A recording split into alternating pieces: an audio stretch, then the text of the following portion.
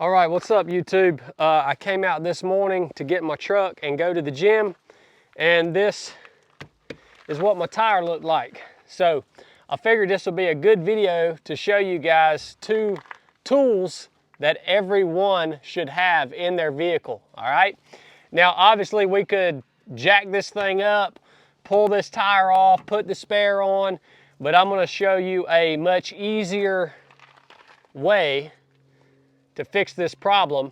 If you're out in the woods, if you're out on the street and you get a flat, then doing the whole spare tire deal, and this will be a pretty permanent fix. But we need two tools to do that, so we'll get into it. You guys can see this now that the goat has moved out of the way. So first thing we had to do is find the culprit for this flat tire, and there it is right there. All right, it's just a little old screw that's in the tire. We got to get that out, but that's what caused the tire to go flat. Easy to find, luckily. Most of your flat tires are going to be because of a puncture like this. Now, we talked about two tools on this video. It's actually going to be three. I'm going to have to use a pair of vice grips to pull that screw out of the tire. So this will be the third one that I didn't mention earlier. So let's try to get this screw out of the tire so that we can begin to repair it.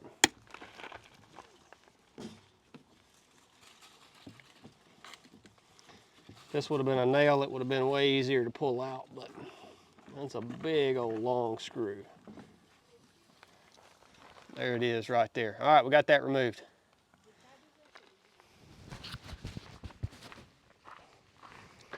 All right, the first tool that everybody needs in their vehicle is a tire plug kit. All right, this is a deluxe tire plug kit from Slime. We're gonna plug that hole up real quick, and then I'm gonna show you guys the other thing that we need to get this thing back up and running. All right, first step, we're just gonna ream that hole out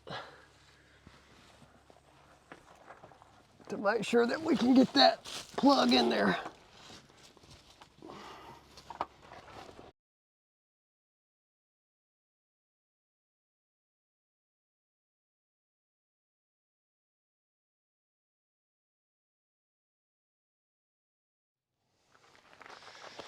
All right, so now we're gonna insert the plug. We got a little bit of plug bond on it.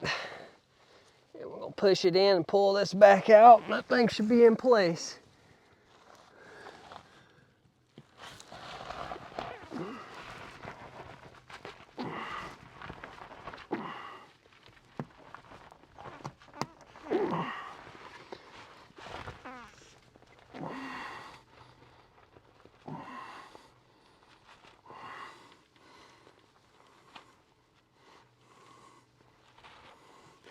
All right, we're in there.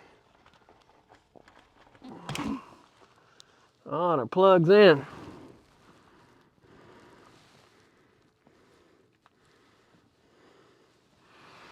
All right, this is the last thing I recommend all you guys keeping in the vehicle. Now, some of you guys have big, nice rigs with air compressors and all kinds of good stuff in the actual vehicle, kind of hardwired into the vehicle. I don't even think that's freaking necessary. This is a DeWalt power station right here. It's got an air compressor, it's a jump box, and it's also a charging station. So this thing right here allows me to charge this thing up, leave it in the vehicle. I get a flat like this as long as I can plug the hole. All I gotta do is hook this thing up, and we're back on the road. And again, that's a pretty permanent fix. Shouldn't be anything else I need to do after this. Simply screw that onto the valve stem. I'm gonna hit air. I'm dialed in 40 PSI.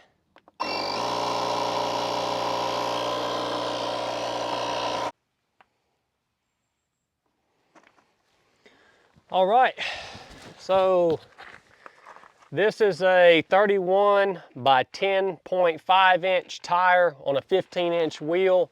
We went from dead flat to 40 PSI with this power station in basically 12 minutes, a little less than 12 minutes.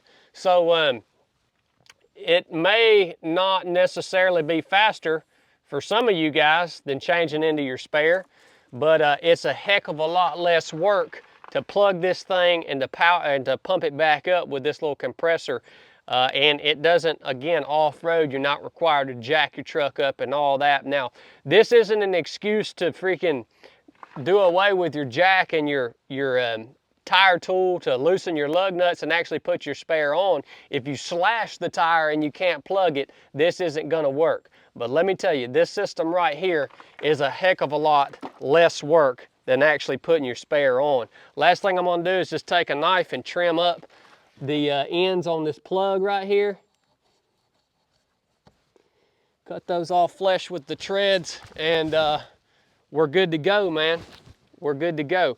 When you get home, I'd take a little soapy water probably and spray around that plug, make sure it's not still leaking, even slowly leaking, or you're gonna have to keep putting air in this thing, you know, every couple of days. So I'll check that out here in a minute. But I hope you guys got something out of that.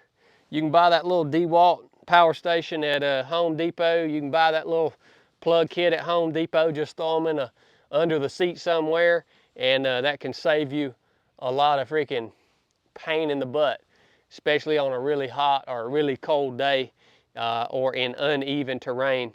This is the way to go. So I'm not a mechanic, by the way. This is what you call redneck ingenuity. Love you guys. Enough said.